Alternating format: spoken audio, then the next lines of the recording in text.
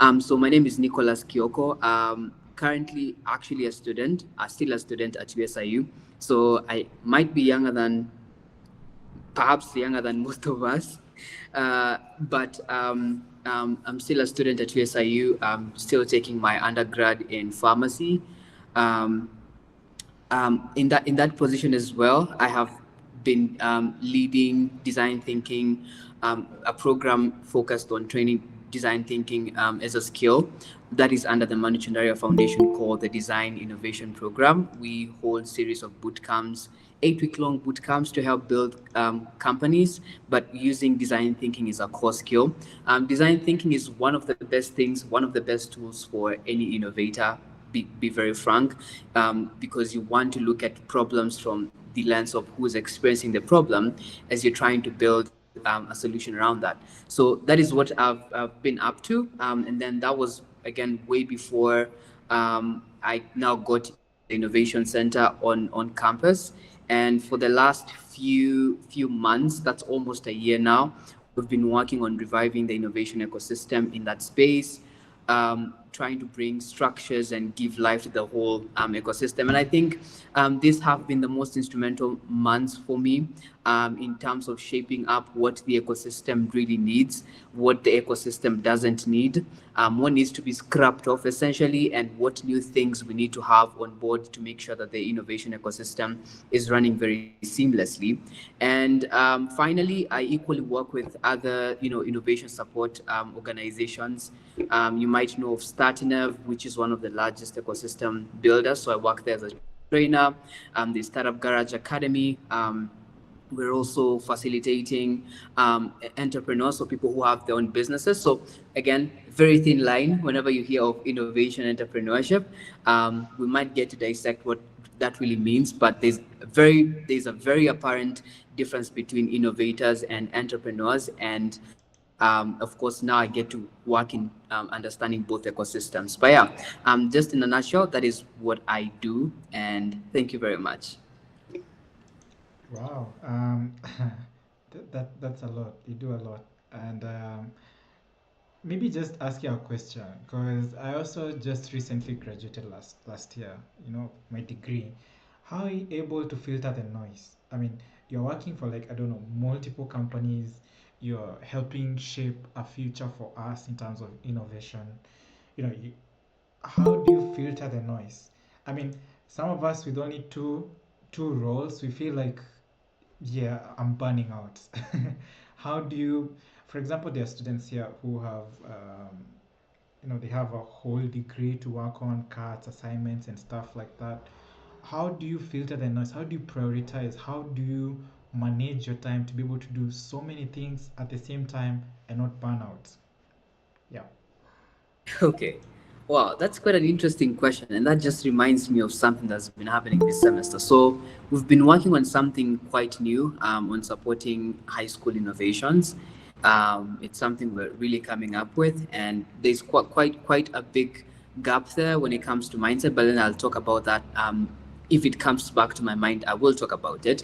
How many people I have around me and what they're interested in. So I have this bunch of really incredible people around me, and they're always working on something. So it's always an incentive because every other time when we meet, we're catching up on one of those things, and sometimes we'll literally just come in and work on one thing at a time.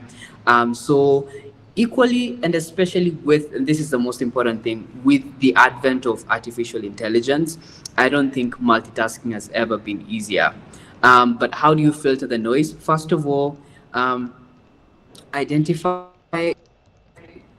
I think being personally in touch with whatever it is that you're doing, knowing that in the long run it's going to add up to something, is something so important. So I am really intentional about what I pick up. Now, not saying that sometimes I don't end up, responding to noise, but I feel like at one given point in time, you are able at any given point in time, you're able to tell this is a priority to me. It relates to my growth in this kind of way. This is how much time it needs to get. So I don't give everything a similar amount of time. but again, I know how to dissect my day. And on Mondays, I'm working on high school innovations, a workbook. On Tuesday, I know I'm working on design innovation program. On Wednesdays, I'm working on innovation nights, and the rest of the week, I'm just working on my academics and stuff. So I think AI goes a long way. ChatGPT has learned to call me her boss to that effect. Yeah. Okay. I hope people in the call, our audience can hear this, because I get the same question so many times, especially some of my innovators who we are in a certain program with. They always like, but John, I have a class at this time. But John, I have a cut. I have a group assignment. I have this. And I'm like, that should not cause you to be paralyzed such a way that you cannot create your own company or be able to, do something else. And I actually agree. yeah. And I think this is where we might be getting it wrong, because when you look at things from fulfilling tasks, when you look at the bigger picture, I think you are able to conceptualize what is more of a priority. I mean, I do struggle with people. In fact, while I do all these things, I still get into groups and I have to lead group work, which is really odd. You would expect that I'm the one lagging behind because I have so many things which are running. Um, Getting to learn how to prioritize stuff. Just I think what I'm getting, so if I'm a student right now, I'm in campus. Yes, I want to start my own company. I want to do all these things, but my top priority is still academics. I think what I'm getting from this is, okay, take a breath, look at your top 3 or 4 or 5, choose your priorities wisely, look at what you want in life, pick your priorities, and then assign time for them so that you're intentional on actualizing that. They hear that on Monday, this is what you're supposed to do. On Tuesday, this is the next thing I'm supposed to do. That helps with how you manage your time, and it helps that at the end of the week you've been able to do everything that needs to be done. I feel like that's a good question, and thank you so much for clarifying that. Okay, so maybe just to take another tangent. So innovation has become a buzzword. You hear it everywhere. You hear it in corporates. You hear presidents talking about innovation. In academia, people are talking about innovation. So what is this innovation anyway? What does it have to do with us? How do you define innovation in like the context of us who are in higher education? What is innovation, and why is it critical? Why should we care about it? Yeah. okay. Wow. So I'll take this from just slightly back when I joined uni. So when I joined, okay, before I joined uni, I had this again amazing set of people. These are my friends, and I've worked with them for quite some time. And every other time, whenever we were having conversations, it would come out that there's a very big gap in terms of employment, and especially in Africa. So we'd always talk about these things. And right after high school, we attempted to do something really insane. We said, you know what, we're gonna go and try to build a real estate company. And for over 9 months, we that was my gap year. So I didn't actually join uni. I decided, let me take a gap year and try to see if this company could actually work. And while we're doing this, one of my friends actually ended up taking up the company full on, and it's now one of the most successful real estate companies. It's called Felikis Realtors. So that is where it started. Then I joined uni. After joining uni, I got to learn slightly about design thinking. Now, when we talk about innovation, the most important thing that should strike you is everything that you're using today was once a fiction of someone's imagination. And what that imagination was that there was a problem and there needed to be a solution. So someone sat down and said, what if I could actually build something to help this person have a solution to the problem? And it's that simple. That the whole thing is innovation. It's there's a problem, it's such a painful problem. Someone actually goes through hell trying to solve the problem. They're unable to get things done because of the problem. and there needs to be a solution. So what do? I need to sit down, go back to the drawing board, and come up with something that could be a solution for this person. If they validate it's a solution, then that's innovation for you. And it's not necessarily coming up with anything new. People think now there are four types of it. There's process innovation, there's product innovation, and two other types of innovations, but I'll just mention on these two. It could be, for instance, someone who's having a problem with submitting assignments on time and they need a reminder. So you create an app that helps them get reminders for deadlines on assignments. Now that's a process innovation, which makes their process of submitting assignments and getting done with the academics really easy. It could be a product. I mean, perhaps my laundry machine keeps jerking around anytime it's doing its laundry. So what happens is I create something that will act as a suction cup that will prevent the laundry machine from moving around. Again, that's a product innovation. And the whole core of innovating is looking at problems and making life easier, simpler, and better. You want to fix people's problems so that they have more time to focus on more things. If you think about it, and I tested this one time, now I'm a crazy person. I woke up one time and I thought, what if we didn't have buses? How long would it take me to walk from here to town? And I did the whole thing. Now I stay around Safari Park. It took me 3 hours. And I was sitting back on the way back from town in the Uber, and it took 15 minutes, but I had 30 minutes. I took 3 hours and 21 minutes all the way to CBD. So I was thinking about it. If there were no cars, then it means if I had to get to town at 9 a.m., I'd have to leave my house at 5:40 a.m. So thinking about it, that would make life very difficult. But now I can save more than 3 hours, 3 hours and 5 minutes, 6 minutes getting to town, and I can save that 3 hours and redirect it to something else entirely. So, and it's really become a buzzword. Everyone is talking about innovation, but I feel like it's to some degree being misused. Not misused entirely, but our capacity to implement is not as our drive to implement innovation and create systems for innovation is not as big as our speech is about innovation. So whenever someone wants to sound fancy and classic, they always bring up the whole innovation concept. It's a buzzword for sure, but I feel like not many people, and especially in government, in leadership, in institutions, in academia, not many of them understand what really the whole innovation process entails. And how relevant is this to us? Oh my God. I will say this. As of 2000, and this is a report which is done in 2020, 2021, 2022, repetitively, the whole thing still strikes out that every single year, there in Africa, about 80,000, no, about 120,000 youth join the workforce every single year, but there are only formally around 4 million jobs available. Those are the documented 4 million jobs. What that means is others will get absorbed into the informal sector. That's about 40% of it. And that means out of the total 120, around 70 million youth will be left unemployed. This should concern you because you are a part of the 120 million, and that means you could easily become a part of the 70 million. With or without education, you could still end up jobless. And I speak from experience. So we need to turn the story around because we are the ones who have the information. We've already addressed the information gap. What we really need to address now is use innovation to convert the information that we are having into a physical product that can be used to make life easy, at the same time make you money and give you a comfortable life. Wow, thank you for that.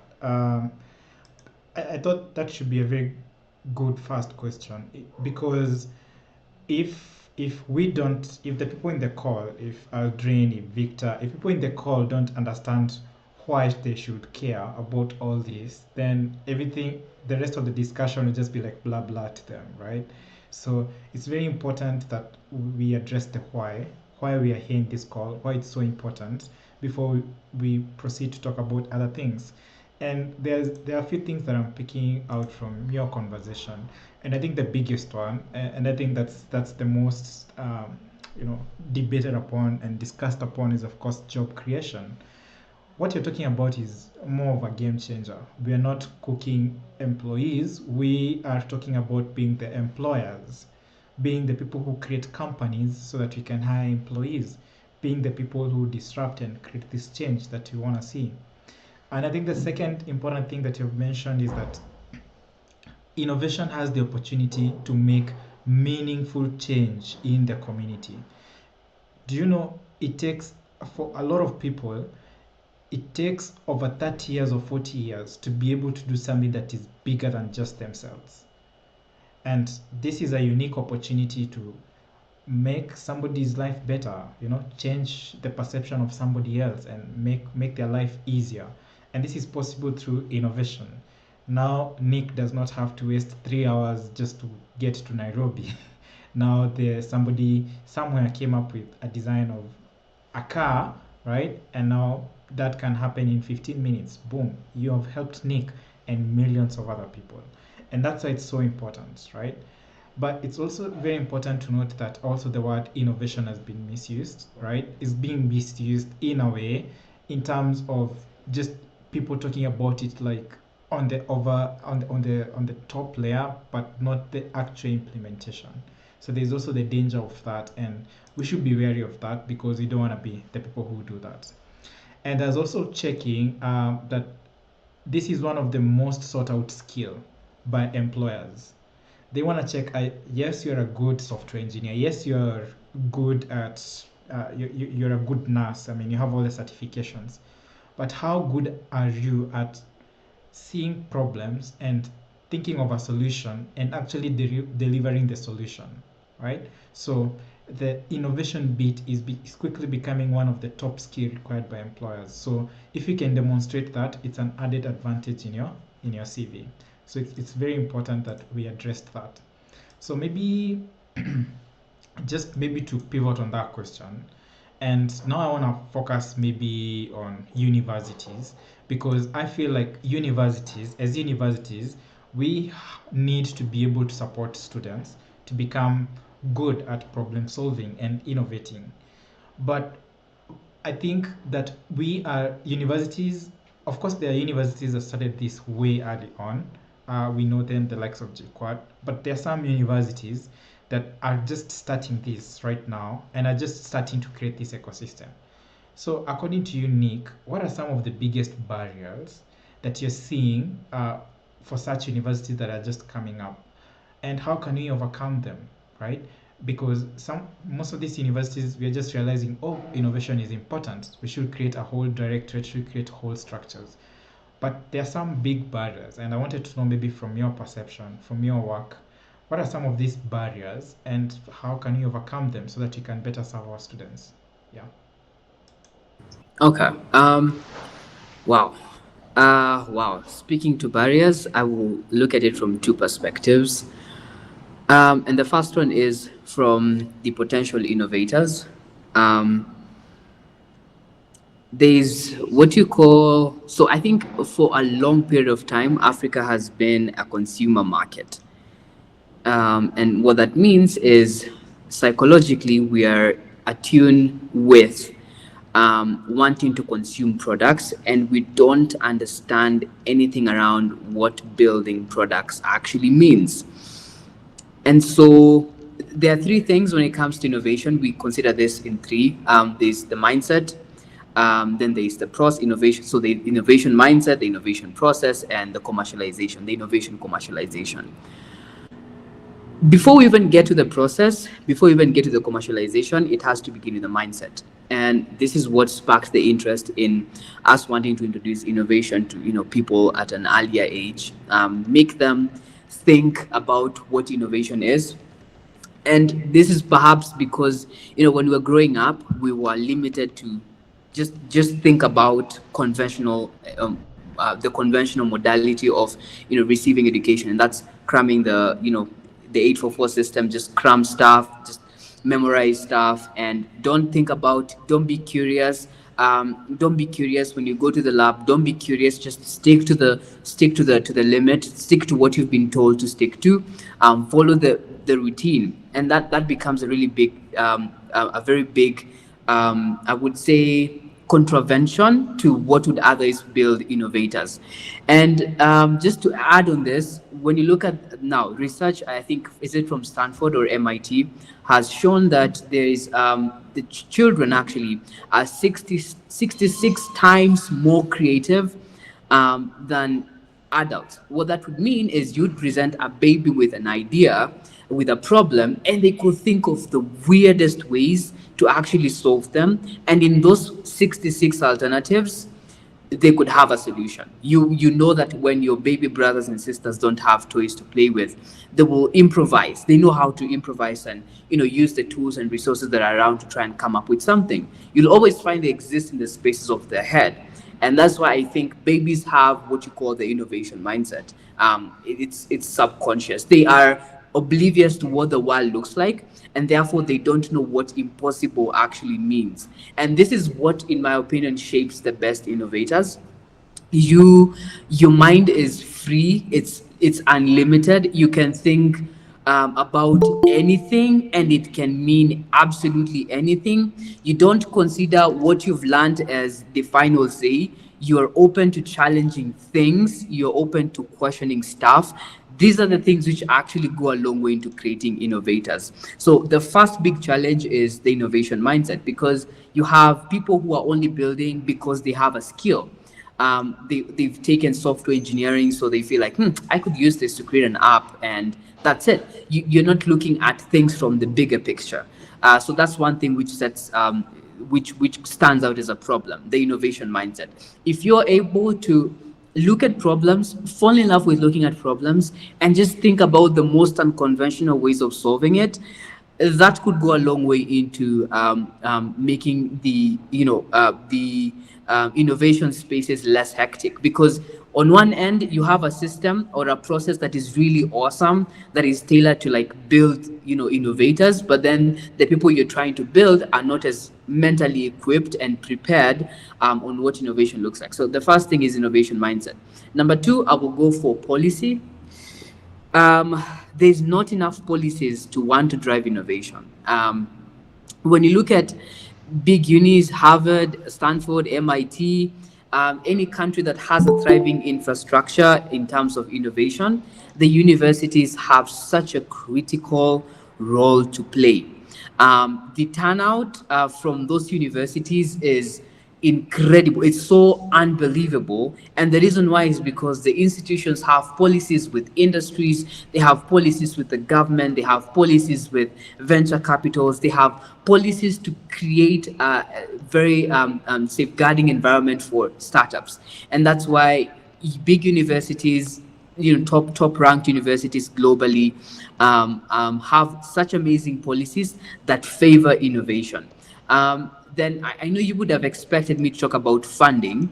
I will not talk about funding because I believe there is actually more than enough money to go around. The problem is the funders don't know who to give the money, and we have not given them a good reason to believe that we are the right people to have the money, that university ecosystems are the right places for them to invest their money. And because they don't know that, because we don't have solid structures to solicit them investing money in us, then we won't expect any money in reality. Funding has never and will never be a problem.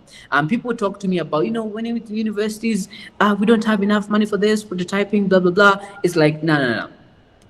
Your customer, in fact, if you have the right mindset and the right policies in place, in my opinion, even the customers will want to buy from you. And we usually say the greatest funding is the one that comes from your customer. So if you're trying to build a venture or trying to build a business and you're hoping to get funding in order for you to call yourself a success, if you can't talk to the customer and you can't convince the customer to buy from you, or you can create something that they will want to buy from you, then in the long run we can say that lack of funding is what killed the startup.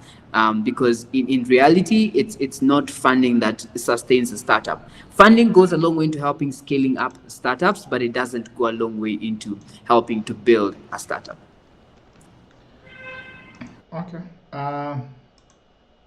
Amazing points. They are well elaborated. It's very hard to add anything more than that. Yeah. But I also think the mindset is important. The people in this call, us, we need to create the mindset first, right? We need to be able to know there is nothing impossible, that we can actually be able to do whatever we set our minds to doing. So it has to start from the mind first. Even if we create the best systems, even if, as you said, funding is not a problem, even if that all that is available, and we first of all don't work on our mindset that it's doable with the right amount of effort and energy, yeah, then that's a barrier for sure.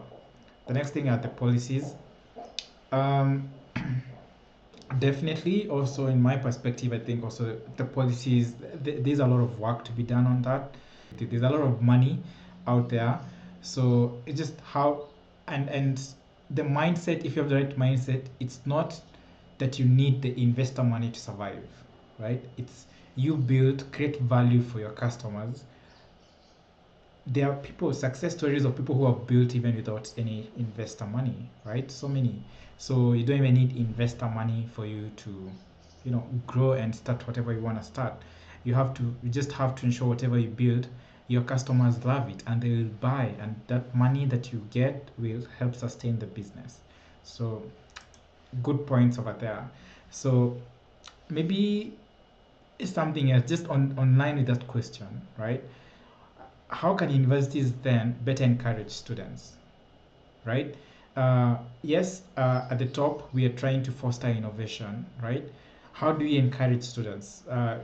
Is it that we are not having good enough incentives for students to participate?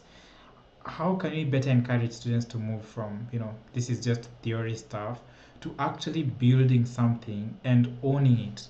Because that ownership, we have had so many hackathons in the universities. I think last week there was one in Riara, and you notice people just show up for the sake of it, and whatever they build does not leave that room. They came up with some that prize money. Whatever they build or whatever ideas they come up with don't see the light of day after that room. So what should we be doing as universities to better encourage our students or the people who come to build stuff that scale, that create an impact even without us later on? Yeah. Okay, wow. So this book, I'll recommend. There are two books actually. I think I will say these are my two favorite books, by far, and especially on startups and innovation. There's the Lean Startup Methodology, and there's the Zero to One. I'd recommend anyone who, of course, we're talking about the mindset, and it also come in hand in answering this other question. So anyone who wants to um, get a grip around the innovation mindset, good zero to one way, and the lean startup methodology. Um, so, quick one. There's a university, and I think this is the conventional. This is again moving away from the. I like criticizing conventional way of thinking. I don't want to think the way everyone else is thinking. Because, well, in uni, what we usually do is, again, you go to school, take a couple of classes in a day, and then you retire home, and then you're going to do revision at the end of the day, and then you're going to have exams at the end of the semester. And more often than not, you end up forgetting everything that you've learned within that semester. You don't take it to the next semester unless you're taking a medical course. And that becomes a really big problem, because then if students are not expected to remember what they learned, then it means they will never appreciate the importance of whatever they are learning in real life until they actually get to the real life, and then you have to go back to books to revise. So, from your experience dealing with startups, what is your perspective on the next wave of startup? Yes, we have had success stories of Kopo Kopo, M-Pesa, and all of that. But what does the future look like for startups, especially in Kenya? Where should students be looking at when it comes to startup opportunities? Are there any opportunities, right? And if there are any opportunities, do I really just have to be a founder to be in the startup ecosystem? Are there opportunities apart from just being a founder that I can tap to, in the startup ecosystem? Okay, thank you again. So first off, you don't have to be a founder. I I would say not everyone is meant to be a founder. We should not be deluded into wanting to be a founder. I think it's a place where many people want to be. Okay. Um, Just some. Maybe you should start by defining what a founder is for somebody who does not know what a founder is. okay, Yeah. okay. So a founder, think about laying a foundation. That's the founder foundation. So you're laying a foundation for solving a problem. So you're the first person who thinks about a problem and then comes up with a good solution and then builds a team around it, and then it ends up becoming a startup, raising money, and becoming a company with millions and billions of customers, or even 20 customers, whichever way you go. Not everybody needs to be a founder. Not everybody needs to be the person identifying the problem and forming the team and building structures in order to want to provide a solution that is long lasting and is effective for people in the in your surrounding. Not everybody needs to do that. There's a lot of ways you can get involved in the startup ecosystem, and I think many founders actually go through a problem of getting the right people with the right mindset around them. So there are, in fact, in my opinion, I think where I've worked with, I usually tell people not everybody is meant to be a founder, but there's a lot of support that a lot of people with innovation mindset could provide to people who want to build a company. And it's also something that we've noticed. Many people want to get into this ecosystem because they want to become a founder. Somebody just wants to come up with company X doing absolutely nothing so they can have something on their LinkedIn. I'm a founder of this organization or a founder of this company. You don't really have to do it. In the long run, I think from experience, nobody ever reaches out to you to ask, oh my God, you're a founder, come speak to us because you're a founder. I'm not a founder. And I think John knows from experience, I'm not a founder of anything. But I work a lot in supporting founders. So this is not a founder. You don't have to be a founder to add value. It's just for the record. Now to answer the other question, what is the next wave? Um, what is the next wave, and especially for the African ecosystem? And I'll narrow down slightly to Kenya. I would say there is quite a lot to be done before we even get to a mega wave. There is quite a lot to be done. And the reason why I say this is because, you see, the African ecosystem differs a lot from America's ecosystem or Europe's ecosystem or Asia's ecosystem. It is so different. What would have been normal, and this is something I criticize many people about, because someone is building a startup and they want it to scale across Africa. Africa has so many diverse cultures. The adoption of technology is still very wanting, and especially the major technologies we want to introduce, not fully adopting electricity. In my opinion, there are three areas which will absolutely change the whole African ecosystem. So the first space where Africa and Kenya in general has been doing well is in supporting tech startups. Anyone who wants to really thrive, and I think it's still an ongoing wave. Tech startups are such a thing, and it is not avoidable. It's a very big thing. There are so many gaps, so many problems to be fixed around the tech space. Ensuring that every company in every sector, whether it's transport, tourism, agriculture, they all have a tech solution, because tech simply, it really simplifies life. The second space is healthcare. Healthcare, whether Africa is doing well or not, healthcare needs are primary and they are standard across the planet. Healthcare needs are standard. So coming up with one solution, it's so easy to scale it up across the planet. Out of the three, I would go for engineering. And again, that's because Africa is still undergoing a lot of changes. Unfortunately, we're such a consumer market. in fact, most of the imports, about 75% of Kenya's imports, are all, engineering products. They are cars and spare parts and all that. Engines, could we not create them? Could we not make them? Could we not create companies out of making these things which are usually necessary in every company, in every structure? These are products which will always stand out as necessities. So anyone who wants to do well, I usually, and in fact, I've picked us an interest in supporting engineers, because I also want to have my stake, my own fair share of, my own fair share in engineering and engineering products. So in the long run, I would go for manufacturing and engineering as the priority.